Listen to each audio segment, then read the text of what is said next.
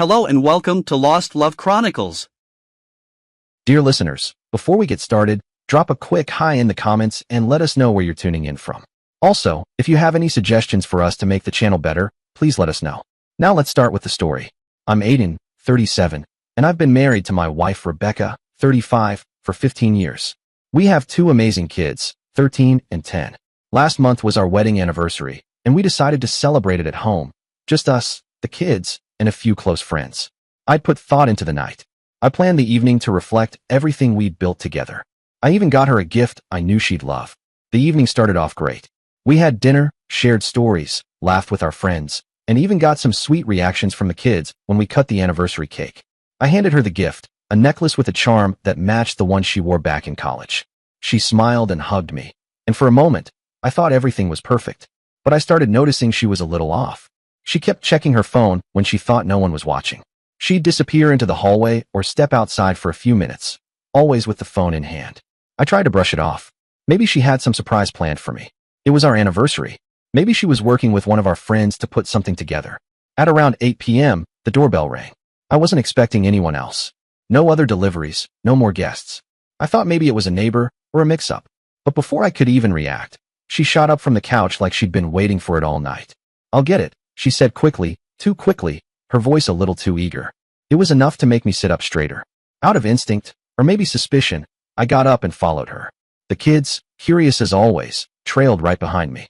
She opened the door, and there stood this guy.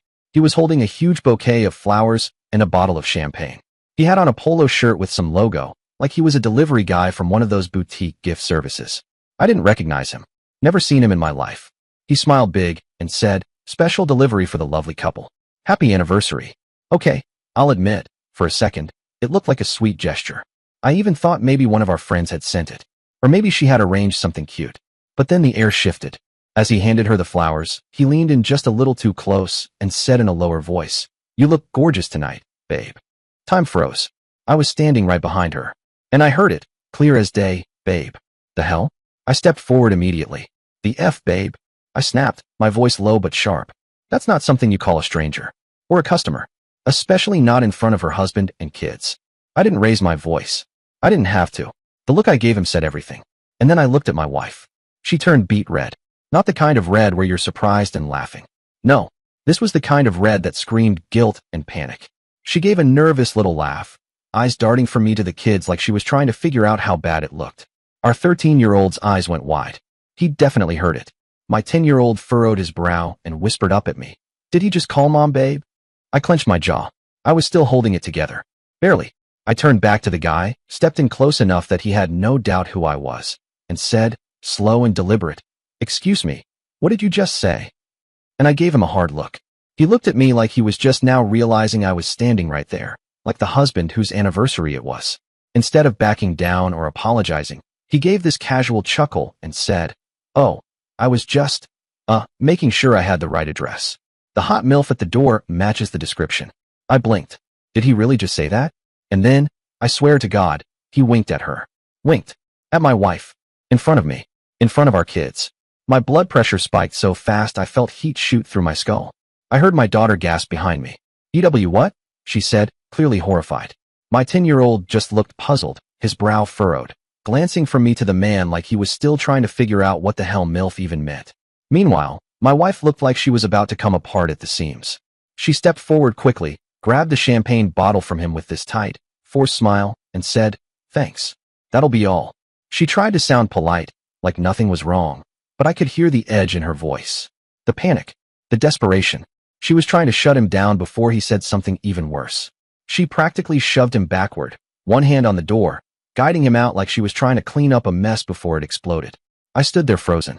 There was a part of me that wanted to drag that guy off the porch and knock his damn teeth out, and another part that was hyper-aware my kids were watching this. Listening. Processing. I had to keep my composure. "Enjoy, beautiful. See you around," the guy said casually as he turned to leave, like he hadn't just dropped a live grenade into our home. I watched him walk down the driveway, still stunned. Then I shut the door, harder than I meant to, and turned to my wife. The kids were still standing in the foyer, silent and wide-eyed. I forced a steady breath and put on the calmest voice I could manage. "Why don't you two go enjoy the cake in the kitchen? We'll be right there." My daughter looked at me, her expression tight, like she wanted to say something but didn't know if she should. She took her brother's hand and led him toward the kitchen without a word. As soon as they were out of sight, I turned to my wife.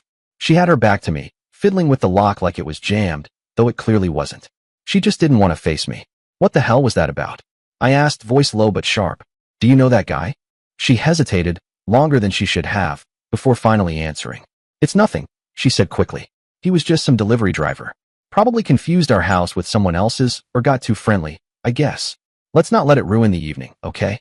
She started to brush past me, but I stepped into her path and blocked her, not letting it slide. Not after that. He called you babe and MILF, I whispered harshly. That's not normal delivery guy behavior. How would a random delivery guy even know you're a mom? She crossed her arms over her chest and avoided my eyes. I don't know. Maybe he's just a creep, she mumbled.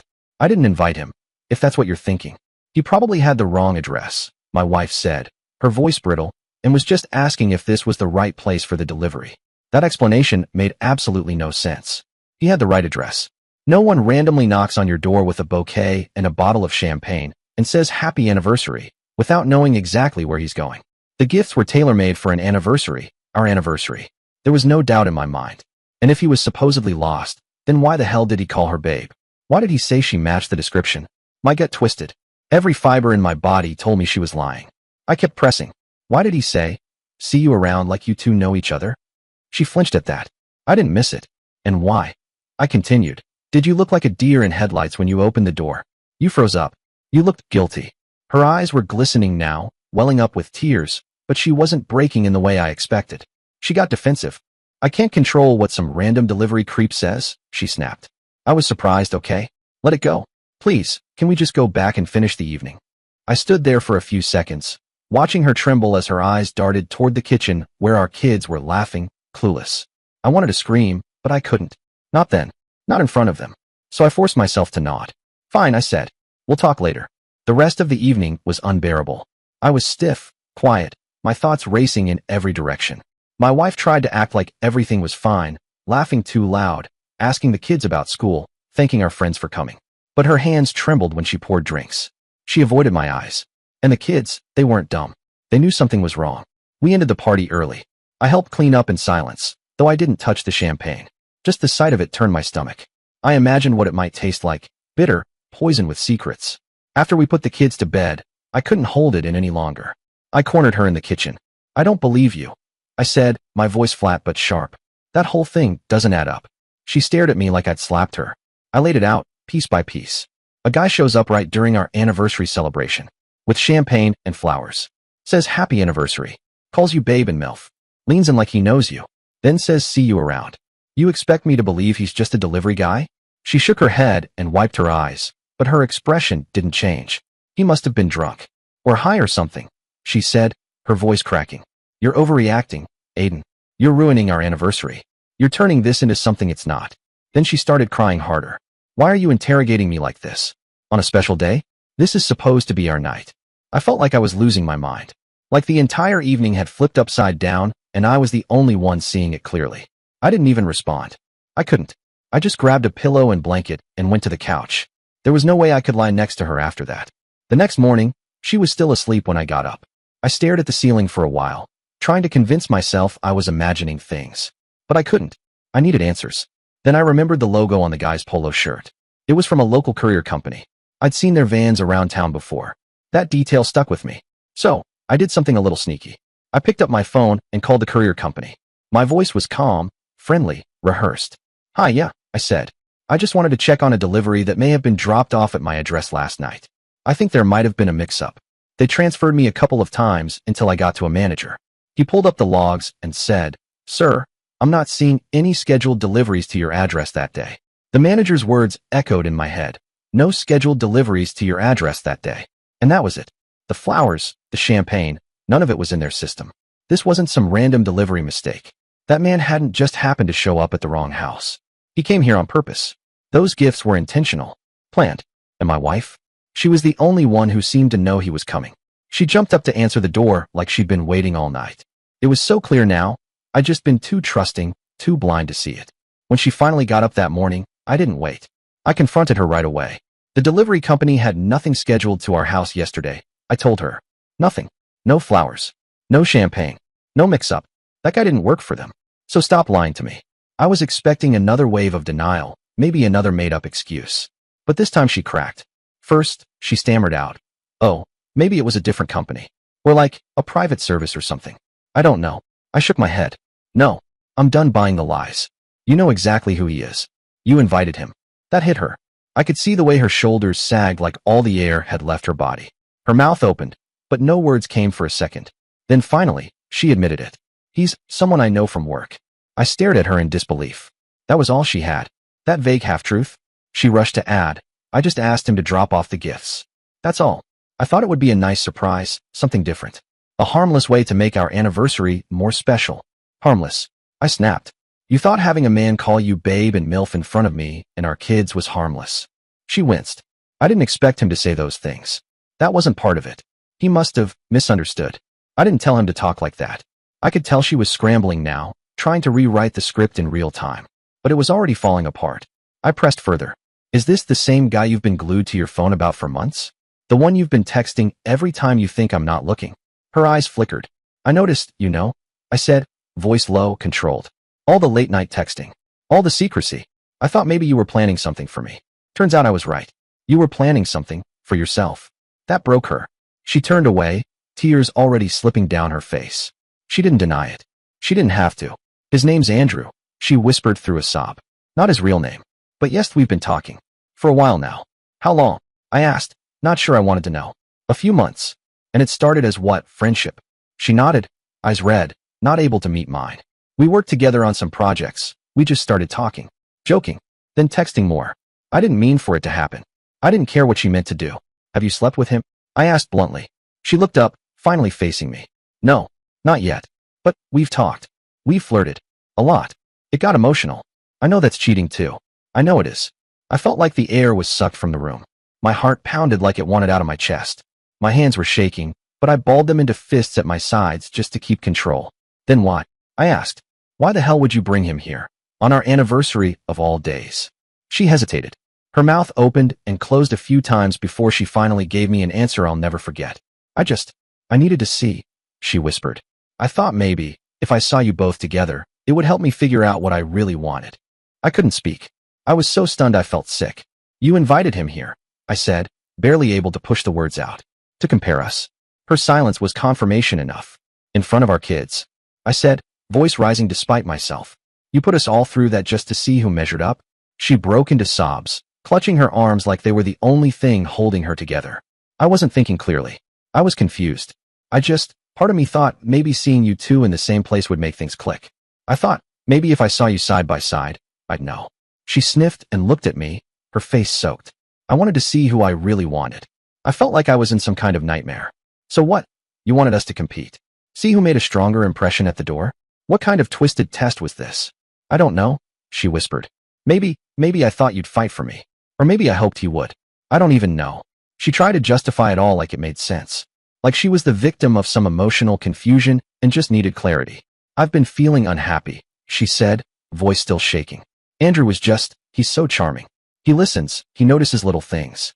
He makes me feel seen. She paused and looked at me through tear-filled eyes. I wanted to know if what I was feeling was real or just a fantasy, she continued. I thought seeing him next to you, with our life, our kids, it would help me figure it out. My stomach turned. She was still trying to paint this like some kind of emotional experiment. Like what she did was rational, measurable, defensible. Then she said something that made my jaw clench tight. I thought if you saw someone else was interested in me, you'd step up, she said quietly. I thought we'd rekindle things. That maybe it would wake something up in us. I couldn't even speak for a second. I just stared at her. You arranged AF ******** ing honeypot. I finally said, my voice flat. On our anniversary. In our home. With our kids in the room. She winced, but I didn't stop. You used another man as bait. To see if I'd get jealous enough to fight for you? That's what this was. She didn't answer. She didn't have to. I stood there, looking at the woman I'd loved for 15 years, and something just broke. Snapped clean in two. I felt it, like a rope that finally frayed beyond repair. I'm done, I said, quiet but firm. Her eyes widened. What? There's nothing left to fight for, I said.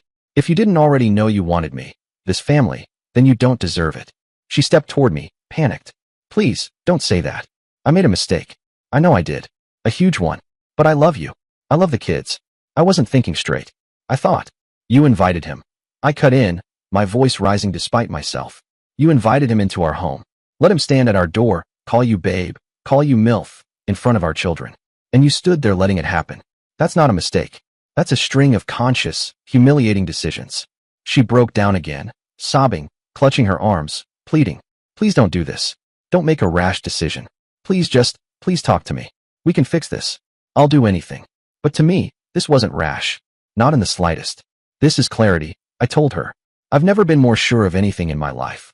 She followed me down the hall as I grabbed a duffel bag, tossing in clothes, toothbrush, chargers, whatever I could grab. You're throwing this away? She begged. After all we've been through. I'm not throwing anything away, I said. You did that. I'm just not sticking around to be humiliated again. I didn't scream. I didn't lash out. I just zipped up my bag and walked to the kids' room. I knelt down and gently woke them up. Hey guys, I said softly. Mom and I had a pretty big argument. We just need a little space, so we're going to spend a couple of days at Uncle Evan's, all right? They were groggy, confused, but they nodded. I didn't say anything bad about her. I didn't poison them against their mom. I didn't have to. My daughter looked at me with wide eyes that said more than she knew how to. She knew. At least part of it. Later that night, I overheard her texting her mom. She didn't show me the message, but I saw the typing, the long pauses. Heard the quiet sniffles when she thought I wasn't listening. The moment the courthouse opened on the next business day, I was there, filing for divorce. No second guessing. No cooling down period. Because this wasn't something I'd regret later. This wasn't just some explosive fight. It was betrayal. It was a game. And it was a violation I couldn't forgive.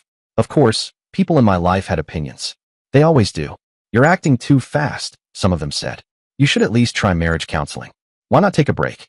Cool off. See if you could rebuild trust. Even my own mother, who normally can't say enough good things about my wife, was floored when I told her what happened. I know you're hurt, she said gently, but marriage is for better or worse. Maybe this thing was just emotional. Something you could work through. She meant well. She always does. But hearing her try to frame this as a rough patch we could therapy our way through felt like a gut punch. This wasn't worse. This wasn't midlife confusion or a little flirtation gone too far. This was planned betrayal, executed in our home, on the night that was supposed to celebrate our commitment. Then came the texts and calls from mutual friends. Some were supportive. Others, not so much. One message said, "Are you sure you're not overreacting? Maybe it was just a prank gone wrong or something." That one made me want to throw my phone against the wall. Because that prank excuse?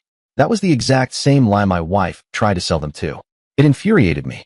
She was already rewriting the story, doing damage control, spinning her deliberate, cruel choice into some harmless joke gone sideways. From where I stood, there was no misunderstanding. There was no prank. There was just a woman who invited her affair partner into our home and stood there while he called her babe and MILF in front of me and our children. And now, here I am, divorce paperwork filed, camped out at my brother Evan's house, trying to keep it together for the kids. I've got my overnight bag, a cot in the spare room, and 2 kids sleeping just down the hall, asking questions I barely know how to answer.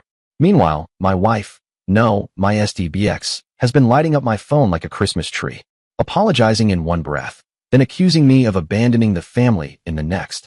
I've barely responded, only to coordinate drop-offs, kid schedules, or tell her to contact my lawyer. Everything else, I ignore. I'm done being manipulated. I'm still furious, still deeply hurt, but I'm staying civil.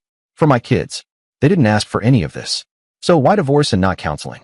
Why walk away instead of trying to fix it? Because I know what I saw. I know what she did. And I know what she's doing now. She's still trying to control the narrative. Case in point, my phone rang last night. My mother-in-law, a woman I respect. She sounded concerned, even a little accusatory. "Aiden," she said, "I heard you're filing for divorce. Over a misunderstanding? With a delivery guy?" I blinked in disbelief. A misunderstanding? I repeated. "That's what she told us," my email said. "That some man came to the door, got confused about the address, and said something stupid. A joke, maybe. And you just exploded. That you packed up and left, and now you won't talk to her." I had to take a breath. I could feel my chest tightening. So I calmly asked, "What exactly did she tell you?" And that's when I got the full picture of her fantasy version. According to my wife, this man, Andrew, was a confused delivery guy. He showed up at the wrong house, asked for directions, and made a flirty comment like, "Oops, sorry babe, wrong house," and that was it. That I just lost it. That I overreacted. She left out everything. That she knew him. That she invited him. That he called her a MILF in front of our kids. That this was planned. I didn't yell. I didn't swear. I didn't rant. I just told my MIL the truth. Andrew is not a delivery guy, I said. He's the man your daughter has been emotionally involved with for months. She invited him to our anniversary party. Those gifts weren't random. They weren't a surprise for me. They were part of a setup. And yes, he called her babe. And MILF. Right in front of your grandkids. There was a long silence. Then my mother-in-law whispered, "Oh my God." I could hear the heartbreak in her voice. And then, something I never expected, she apologized. To me. "I'm so sorry, Aiden. I didn't know." I believed what she said. It was surreal. The woman who had once toasted our wedding anniversary with tears in her eyes was now apologizing for her daughter's lies. I could tell she was ashamed, confused, and heartbroken all at once. I felt bad for her. I really did. She didn't deserve to be caught in this. But I was also furious that my SDBX had put all of us in this mess, and now she was lying to everyone to make herself look like the victim. Apparently, she'd been spreading this same watered-down version of events to our friends too. According to her, I had overreacted to a misunderstanding. Two of our closest friends, a couple we've known since before the kids were born, invited me out for coffee. I could tell from the moment we sat down that this wasn't just a social catch-up. They were nervous, choosing their words carefully. We wanted to check in with you. One of them started. This whole thing, it happened so fast. Are you sure it's not a misunderstanding? I took a deep breath. I already knew where this was headed. She told us it was a prank, the other added. Like, an anniversary surprise that went wrong. She said it wasn't supposed to come off that way. That nothing actually happened. I stared at them both. For a second, I thought about laying out every detail, but I didn't need to. I kept it simple, calm. She invited her affair partner into our home. On our anniversary. In front of our kids. That's not a prank. That's a choice. And no, it wasn't a misunderstanding. They both got quiet after that. No one tried to argue. I think hearing it in my voice, the flat certainty, snapped them out of the fantasy she'd been spinning. But what really pissed me off was realizing she was out there painting me as the unhinged one. According to her, I was just some irrational, jealous husband who blew up our marriage because I thought I heard something that wasn't there. She was gaslighting everyone, friends, family, even trying it with the kids. And the worst part? I have proof. I could show the receipts, literal messages, and call logs. But at this point, I don't even care to prove it to everyone. Just a few key people. The ones who matter. Especially our kids. They deserve the truth, even if it's in pieces suited to their age.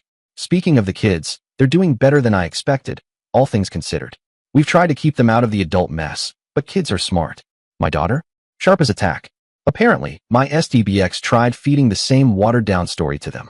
Told them the guy was just some silly delivery driver who got confused, and that daddy thought mommy knew him and got upset. A total spin job. But my daughter, God, I'm proud of her, shut that down fast.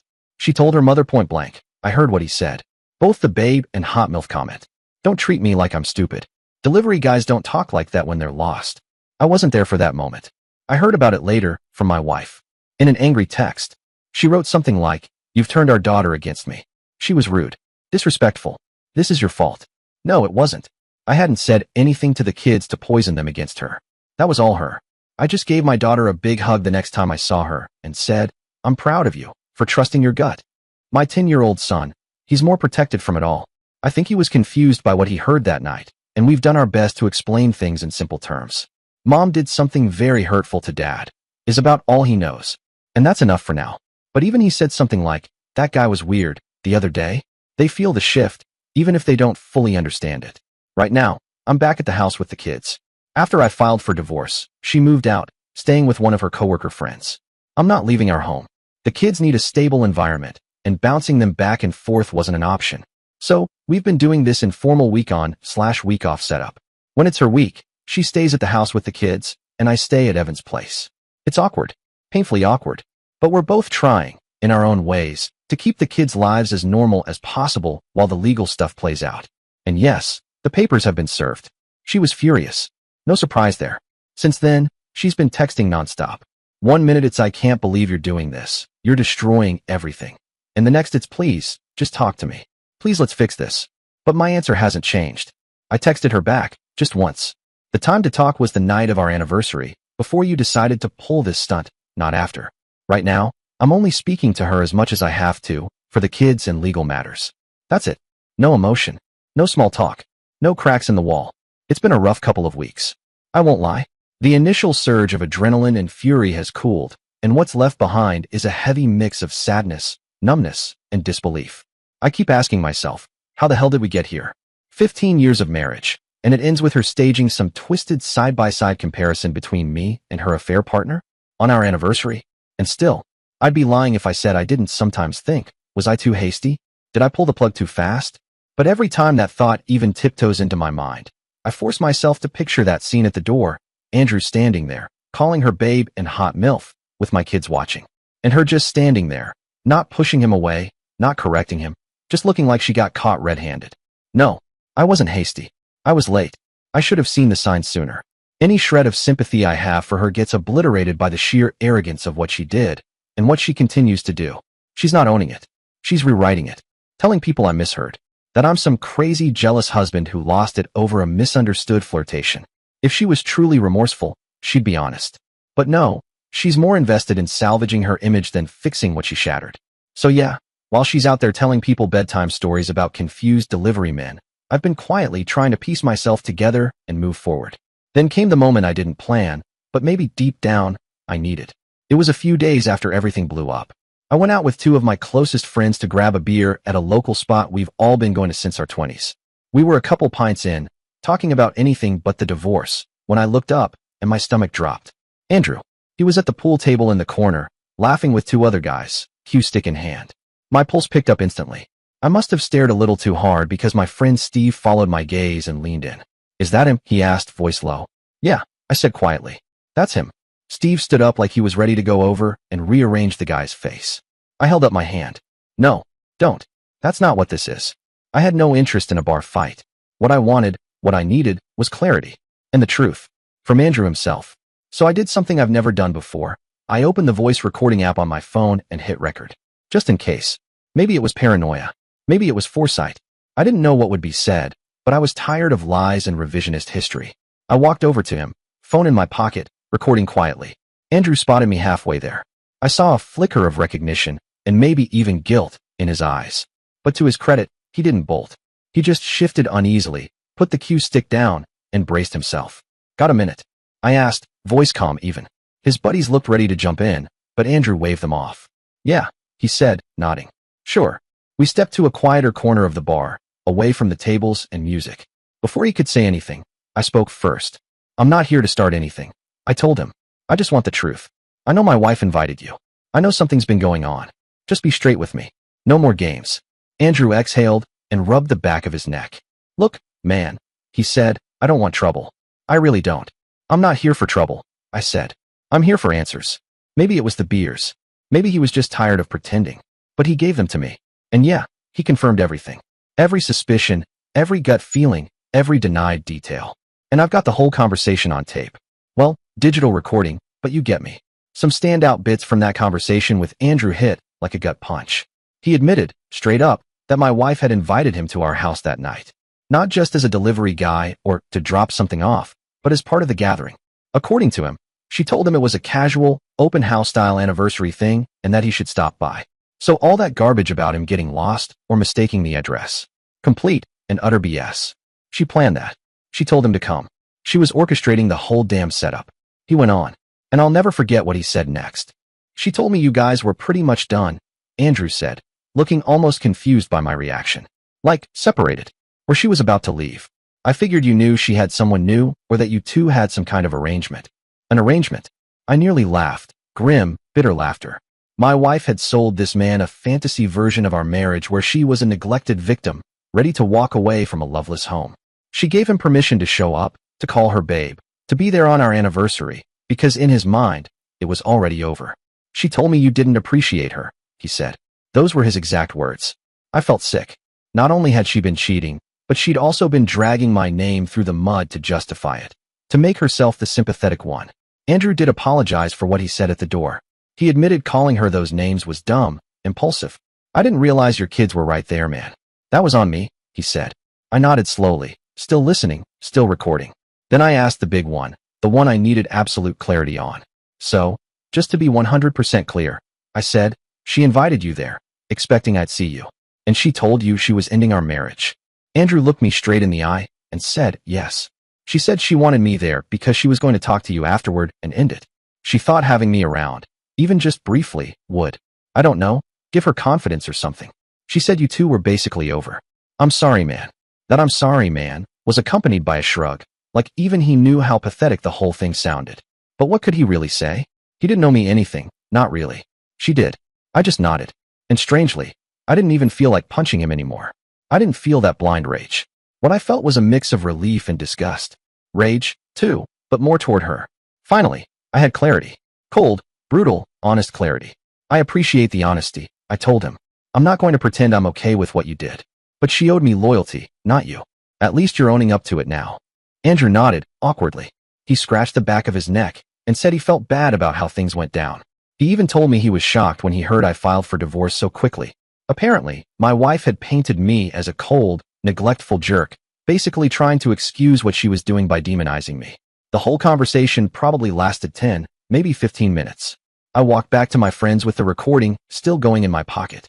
Once we sat back down, I stopped the app and showed them that I'd captured the entire thing. They were stunned. One of them gave me a quiet bro hug and said, "Well, at least you've got the truth now, even if it sucks."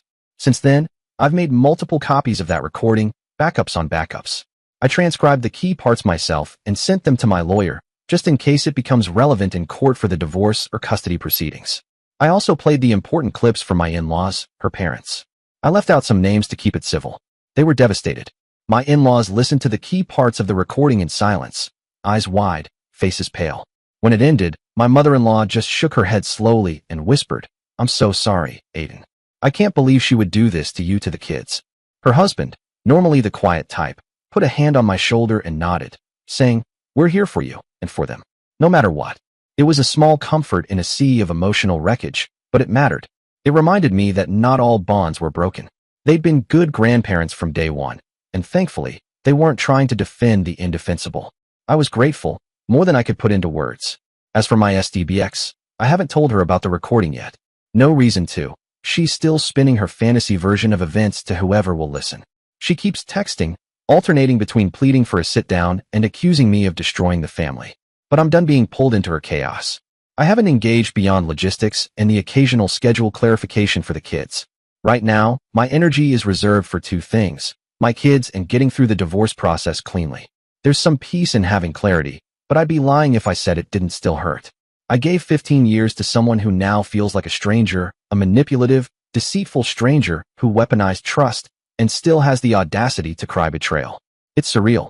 And what really kills me is that at one point, I loved her more than anything. But at least now, I know I wasn't crazy. I wasn't imagining the distance, the phone guarding, the evasive behavior. It wasn't paranoia, it was reality. And now I live with the relief of knowing and the pain of knowing, all at once. What remains now is the well-being of my kids and helping them through the ripple effects. People are starting to talk. Friends, neighbors, people at the school. Some pretend not to notice, others ask questions. I don't give details. I just keep it simple. Mom and Dad are getting divorced. We both love the kids, and they'll be okay. I haven't told them about the affair or the recording.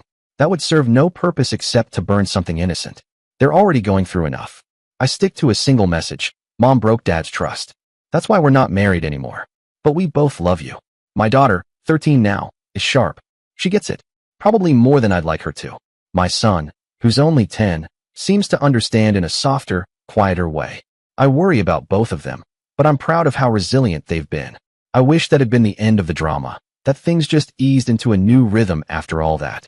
But of course, there was one more mess, one more cruel twist that involved the kids directly, and it's one I'll never forget. During one of my SDBX's custody days, she decided, on her own, that it was time to set the record straight with the kids. Her version of straight, anyway. I only learned about it afterward, when my daughter came home visibly shaken and angry. She shut her bedroom door and didn't come out for a while. When she did, I asked gently if everything was okay. She took a deep breath and said, "Dad, you're not going to like what I'm about to tell you, but I think you need to know." They had been at my wife's apartment. Apparently, she sat both kids down and tried to give them her twisted spin. My daughter recounted it word for word, her voice flat with disbelief. "Mom told us that everything happening is because you're mean to her, that she has a friend from work who's a nicer man, that she just wants to be happy." I stared at her, barely able to believe what I was hearing. "She told you that?" I asked, my voice as calm as I could manage.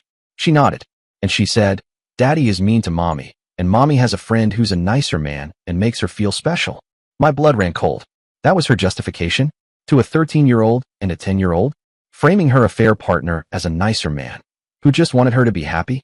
But the best part, the part that gives me hope my kids will come out of this stronger, is what my daughter said next. She looked her mother dead in the eye and told her, "Mom, stop. We know you lied.